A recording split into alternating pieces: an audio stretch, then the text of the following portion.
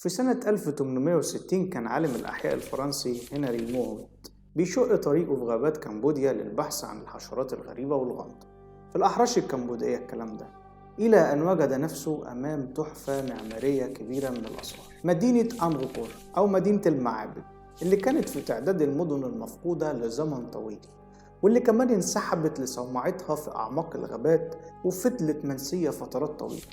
يا ترى ليه بقى مدينة بالسحر ده اتهجرت؟ وإيه السبب؟ ومين اللي عمل الانقلاب وقام بالثورة الدينية هناك وإيه أسباب؟ تعالى نرجع بالزمن مع بعض ونشوف إيه هي قصة المدينة والمعبد الرائع اللي شهد جرأة كبيرة من المعماريين في البناء.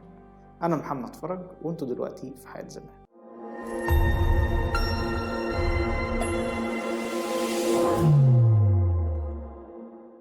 المدينة بتحتوي على أحد أكبر الأنصاب الدينية في العالم إن لم يكن أعظمها، وهو معبد أنغكور وات، واللي بتظهر واجهته على العلم الوطني لكمبوديا، وسميت المدينة باسمه وقيل عنها إنها نسخة مصغرة من الكون.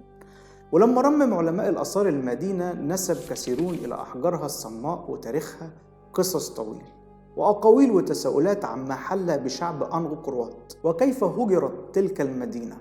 في البداية افتكر موهوت إن اللي شافه ده جزء من مدينة عظيمة بتقع على امتداد البصر، لكن الحجارة كانت في جميع الأركان، واستطاع أن يميز قلة من السكان والرهبان المحليين اللي ساكنين على مقربة منها، لكن ما كانش حد فيهم عارف إزاي اتبنت وإزاي اتوجدت. كمان اتقال أسطورة إن المعبد العظيم اللي بيتطابق مع اسم المدينة وجد بين ليلة وضحاها كده من باب للطاق. طبعا الكلام ده مش منطقي ولا بنعترف بيه، لكن بعد سنة من وصول موهوت للمدينة قضت حشرة سامة على حياته في الغابات نفسها وعثروا عليه جثة همد، ولكن قبل موته وصف النقوشات بأنها تضاهي تحف مايكل أنجلو، وكان لازم من دراسة المنحوتات والجداريات اللي غزت معابد المدينة بالكامل عشان يتم الإلمام بتاريخها وحضارتها. لكن المعضلة هنا إن الكتابات مختلطة بين اللغة الكمبودية القديمة ولغة الكهنوت الخاصة بالهندوس. وبعد فترة من الزمن جه عالم فرنسي بيدعى جورج سورتيس، وعشان يزيل عن المدينة بعض الغموض ترجمها في 7 مجلدات، وقال إن المدينة كانت معقل السكان الأصليين لكمبوديا. وفي القرن الأول الميلادي نمت ممالك متناحرة في جميع أرجاء البلاد، وبعد 7 عقود وصل ملك مهيب هجر موطنه وأمر جميع رعاياه أن يعبروا رفقته نهر متجهين في مسيرة كبيرة نحو الغرب.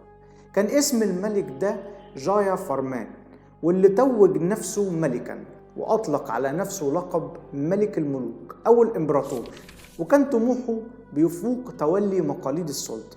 نصب نفسه إله وكان على الرعية أن يتبعوه في صمت. في العقود ال5 اللاحقة نجحت سلالته في البقاء في الحكم بمنهجية، وبدأ الملك سارفرمان الثاني في إقامة معبد أنغكور وات بعد وقت قليل من صعوده العرش.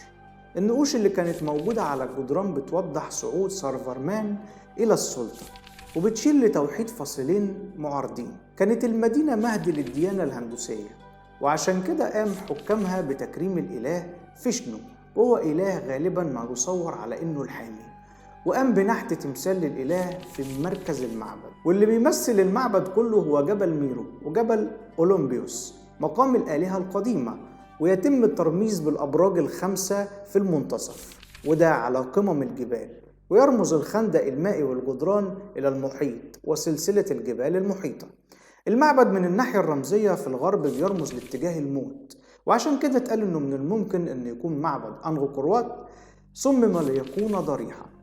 النقوش البارزة للمعبد صممت بحيث تعرض في اتجاه معاكس عكس اتجاه عقارب الساعة، وهي ممارسة لها سوابق في الطقوس الجنائزية الهندوسية القديمة. طب إمتى حصل الانقلاب هناك؟ في نهاية القرن الثالث عشر قام الحاكم ساندر فرمان زوج ابنة الملك جيا فرمان بخلعه عن الحكم، وكان ساندر قضى السنوات ال10 الأخيرة في سريلانكا وعين فيها راهبا بوذيا، فقرر انه يبدل الديانة الرسمية للإمبراطور من الهندونيسية للبوذية الترافيدية، مما سهل عليه تغيير الدين تفشي الفساد السياسي، ليتحول أنغكور وات من معبد هندوسي لمعبد بوذي. ولحد يومنا ده بيتميز المعبد عن غيره من المعابد في المنطقة بعدم هجرانه بالكلية رغم تعرضه للإهمال بعد القرن ال16، واللي بيرجع لكده وجود الخندق المائي اللي بيقوم كعامل حماية من أي انتهاك لحرمته. كان المهندسين في القرن الثاني عشر ماهرين في استخدام الحجر الرملي بدلا من الطوب أو الصخور الرملية الحمراء كمادة أساسية في البناء، وده نوع من الجرأة والتميز والثقة في المهارة. في الوقت ده تم استخدام الحجر الرملي في بناء أغلب المناطق الظاهرة، والصخور الرملية الحمراء في بناء الجدار الخارجي وأجزاء البناء الخفية. كمان بيلقى أنغكور وات استحسان لتناسق تصميمه، واللي بيقارن بالعمارة اليونانية والرومانية. كمان المعبد بلغ الكمال الكلاسيكي بعراقة عناصره المتوازنة على نحو ممتاز ودقة تنظيم أبعاد، وإن بناؤه كان بيجمع بين القوة والانسجام وجمال الأسلوب. المعبد بيقع على أرض أكثر ارتفاعا من المدينة، وبيتكون من ثلاثة أروقة مستطيلة الشكل ترتفع إلى البرج المركزي، وكل مستوى من الأروقة أكثر ارتفاعا من الآخر، وتتجه جميع معالم المعبد إلى الشرق، تاركة مساحة أكبر للملء في كل سياج ورواق في الجهة الغربية، وده بيرجع لتوجه المعبد نفسه للغرب. وينتج عن كده كمان إن السلالم اللي بتواجه الغرب أقل عمقا من السلالم في جهة الشرق. كمان بيعتبر من أحد أسباب شهرة أنغكور وات هي الزخارف المنتشرة المتناسقة مع تصميم البناء، واللي غالبا بتاخد شكل نقوش الإفريز البارزة. ويحتوي الجدار الداخلي للرواق الخارجي على رسومات كبيرة تصور عامة حوادث الملاحم الهندية الشهيرة، اللي بعضها حصل بالفعل وبعضها الآخر كان من وحي الخيال.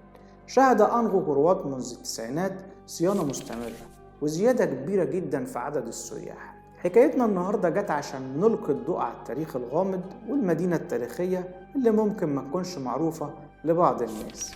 بنحكي ونقول ونسول ونقول في أعماق التاريخ في كل النواحي والبلدان، ما احنا حكاياتنا ما بتخلص. لكن احنا دلوقتي خلصنا. قول لنا في التعليقات رأيك في حكاية النهاردة. ما تنساش تعمل لايك للفيديو عشان يوصل لأكبر عدد ممكن من عشاق الماضي. فريق عمل حياة زمان يتشرف بمتابعتكم على صفحتنا على الفيسبوك، ولو بتشوفنا على اليوتيوب اعمل سبسكرايب ولايك وشير. ولو عجبتكم الحلقة ما تنسوناش في الدعم. السلام عليكم ونشوفكم على خير.